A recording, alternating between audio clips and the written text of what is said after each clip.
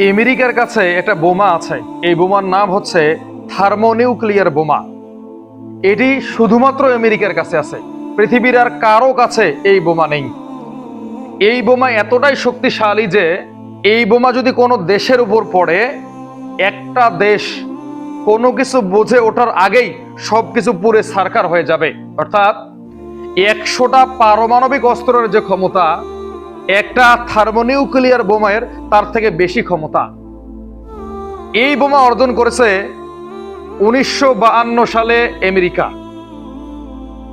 এবং এই বোমার যে সূত্র বা এই বোমা তৈরি করতে যা যা ব্যবহার করা হয়েছে, আজ পর্যন্ত কোনো দেশের মানুষ এটাকে খুঁজে বের করতে পারে নাই।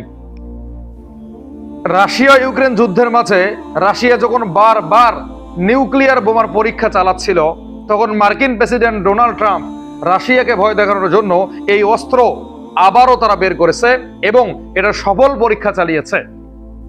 এই বোমা যদি কোনো সময় কোনো দেশের উপর পড়ে, শুধু সেই দেশটাই ক্ষতিগ্রস্ত হবে না, বরং আশেপাশের যতগুলো দেশ আছে সমস্ত দেশই ক্ষতিগ্রস্ত হবে। কেননা এখানে থাকা ইউরেনিয়ামের অণুগুলো বিভিন্ন দেশে ছড়িয়ে পড়বে এবং বিভিন্ন দেশে মানুষেরা ক্ষতিগ্রস্ত হবে। তো এইরকম ভয়ঙ্কর অস্ত্র কিন্তু আমেরিকার হাতে আছে। আমেরিকা যে পৃথিবীতে সুপার পাওয়ার এমনি এমনি হয় নাই। তাদের কাছে আছে পৃথিবীতে সব থেকে শক্তিশালী বোমারু বিমান, যেটার নাম হচ্ছে B2 স্পিড, যেটা দিয়ে ইরানের পারমাণবিক স্থাপনাগুলোতে হামলা করা হয়েছিল। আমেরিকার কাছে আছে F-35, F-16 এর মতো শক্তিশালী যুদ্ধ বিমান, আছে 11টি রণতরী।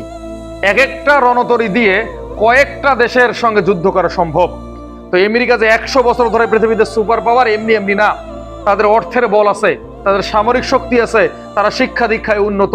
মূলত এই তিনটা বিষয়কে নিয়েই তারা পুরো পৃথিবীতে রুল করতেছে এবং পুরো পৃথিবী শাসন করতেছে। আজকেও যদি কেউ আমেরিকাকে টেক্কা দিতে চায়, যেমন চীন চায়, রাশিয়া চায়, তাহলে তাদেরকেও প্রথমে অর্থনীতির দিকটা মজবুত করতে হবে, এরপর অস্ত্র শস্ত্র তৈরি করতে হবে এবং শিক্ষা দীক্ষায় উন্নতি অগ্রগতি করতে হবে। তাহলে আমেরিকাকে হারানো সম্ভব। এছাড়া কিন্তু আমেরিকাকে হারানো সম্ভব হবে না।